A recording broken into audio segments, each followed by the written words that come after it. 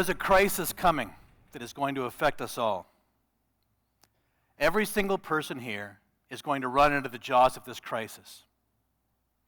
Either we're going to run into it blindly, or we're going to move into it strategically. The housing crisis. The housing crisis is here. It's been shaping up for decades. It's big now, and it will be with us for generations to come.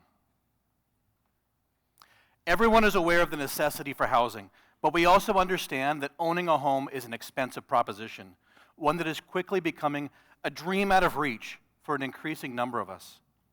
And the societal impact of this is astonishing. There are a privileged few of us who are able to own custom-designed homes and collect them like works of art.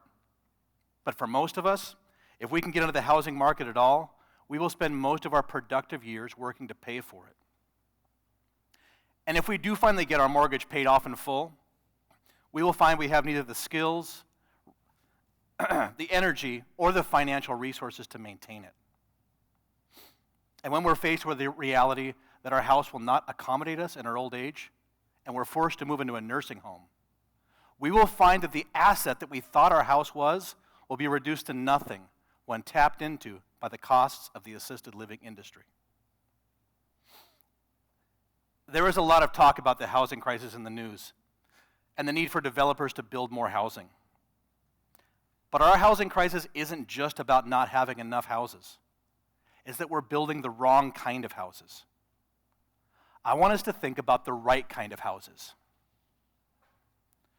For thousands of years, humankind has lived together in communities of extended families. The single-family home was established in post-1940s as a marketing strategy by developers, pushing the new suburban version of life that came to be called the American dream. In this dream, supposedly everyone could own their own home with a picket fence and a shade tree in their own yard. Before that marketing campaign, families were typically extended, whether in urban apartments or rural farmhouses. For centuries, millennia really, we have been living with grandparents, aunts, cousins, and any other family members that needed to be taken care of. The history of humankind is based on the unity of the extended family, and the strength of those families supported the rise of civilization. The rise of the single-family home told us that we should somehow aspire to the reduction of our family to just the bare minimum of 2 parents and 2.3 kids. This was great for a corporate economy based on the consumption of manufactured goods and for-profit social services. But it actively destroys the potential growth of intergenerational wealth, critical to actual human economy. I got my architecture degree from Cornell University, consistently ranked as one of the top 10 design schools in the country. But this trend, this crisis, though decades in the making, was barely discussed and certainly not emphasized. Actual housing needs are all too often not the concern of architecture schools. It made me wonder, who is designing all the homes that are actually being built? It was during my time away from school, when I lived with my grandfather, that this question was sharpened and focused. Like so many of their generation, my grandparents bought a home. A small 2-bedroom, 1-bath home in Missoula, Montana. They raised 3 kids in that house. They built a little house out back for their 2 older girls when their little boy was born. They nurtured a garden in their backyard that fed their family for decades. And their patio table served countless meals to friends, neighbors, and travelers. They would have liked to grow old and die in the peace and comfort of that home. But as they aged and dementia afflicted my grandmother, things became difficult. When my grandmother couldn't get out of the tub and their little bathroom disallowed my grandfather from helping her, it was the last straw. They had run out of options. A nursing home had to be secured. My grandmother was disoriented at the nursing home and declined quickly, but not without great anxiety and distress. And my grandfather was heartbroken and really grieved to not be able to care for her the way they wished. I realized that a redesign of their home could have let my grandmother pass away in the comfort of her own home. The home needed to be redesigned for wheelchair accessibility, not because she was necessarily in a wheelchair, but because the space designed for a wheelchair allows a person to be assisted by someone else whenever they need it. The little house my mom and aunt grew up in didn't have plumbing. Adding in plumbing for a private bathroom or kitchenette could have allowed a full-time nurse or a rotation of family members to be on site and provide support to my grandfather whenever he needed it. The costs of these renovations would have been far less than the costs they incurred during the nursing home years. But no one thought to bring that up to them as an option to consider. And no one had this predictable phase of life in mind when the house was first designed. This is the case with almost every single family home. They make no accommodation for the disabilities that all of us will likely experience for at least some significant portion of our lives. And this is by design. There is a whole industry of elder care institutions just waiting to take your money, dissolve your hard-earned equity, and separate you from your loved ones. Reclaiming the design of our own lives with homes that support us is critical. Our aging baby boomer generation has more real estate equity than many of them know what to do with. The market has seen their homes increase in value far faster than typical wages. But with their kids gone, they have too much house to maintain and too much house to clean. Meanwhile, new families can barely afford to get into any kind of house. When they can find one, it's typically small, which isn't necessarily bad, but it's typically small because it's old, built in a previous generation, and often in need of repairs to every single building system within it. Merging families is the way forward. Our single-family homes have left us isolated, emotionally and financially. The financial systems around us thrive on that division and isolation. Designing multi-generational housing creates possibilities for new systems of living where we all benefit. It can be a sad thing to get old and to lose skills, like riding a bicycle. But being able to sit on the front porch and watch our grandchildren acquire those skills as ours decline makes it bittersweet, or maybe actually joyful. Intergenerational living is good for us. Having to move into your mother-in-law's basement or having to move into your kid's home when you've outlived your spouse is often seen as a failure or something to avoid. This kind of forced living happens all the time as circumstances demand, and we just react to the crisis. But making plans ahead of time to design a home where everyone in the family is considered is a whole different thing. As Americans, we're always presented with independence as the loftiest of ideals. And the single-family home plays right into that. But the realization of a home and a family built around interdependence is a whole new level of development. Home buying is an expensive proposition, often presented as the most expensive purchase most people ever make. The reality is that only a minority of the population can ever afford to do it.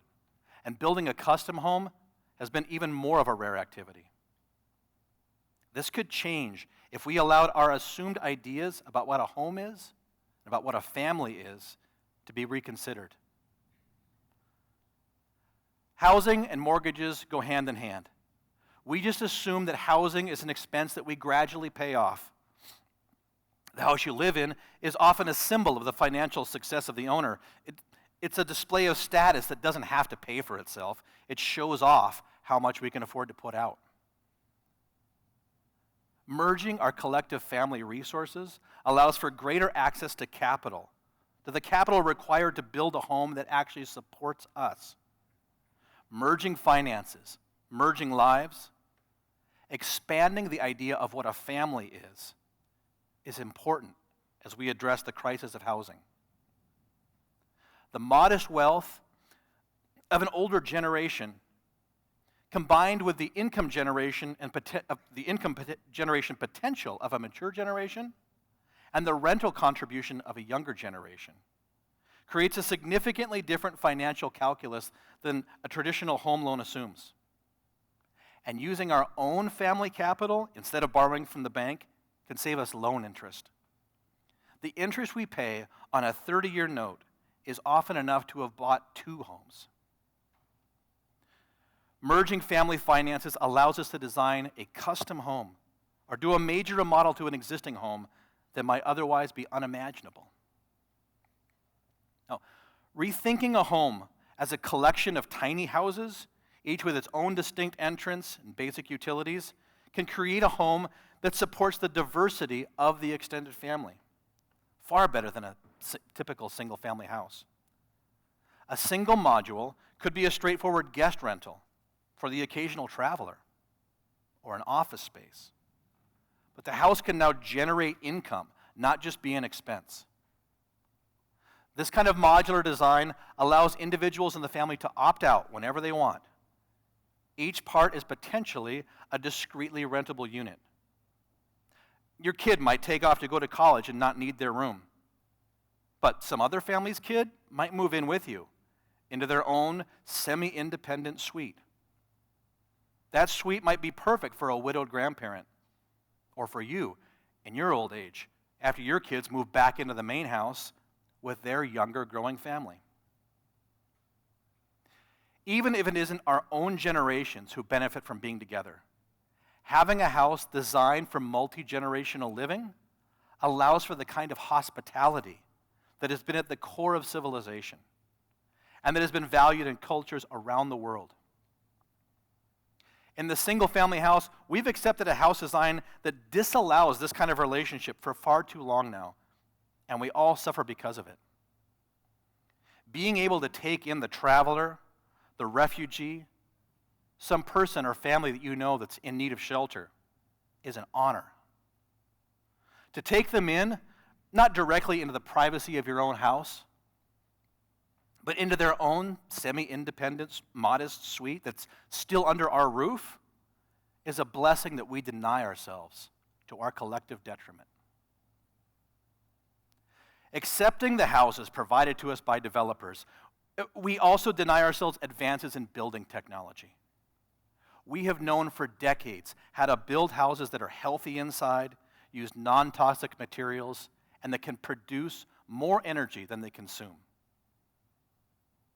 These improvements don't matter to the real estate world, where people may only stay in a house for a decade or less before moving on. But with a multi-generational home, the net income from utilities is another significant contribution to developing family wealth. Reconsidering the design of your own home and who it is designed for may open up some completely different living arrangements that were previously inconceivable and go well beyond superficial interior decorating trends. Practicing civility within the family is good personal work and good for us as a country. And it's essential for everyone to get along. But sometimes real solutions can also be discovered in the spatial arrangements, the architectural design of the home. The housing crisis is here. The disappearing middle class is a reality. Global climate changes are going to require that our homes and our families be more resilient. Governments and institutions are too slow to respond. We have the capacity to make our own lives better, together with the families we love. We need to be more than just consumers. We need to be active participants in the creation of our own lives. To the architects and designers out there, we need better design models. Not just expensive mansions with great magazine photo ops, but affordable designs for actual, dynamic, expanding families.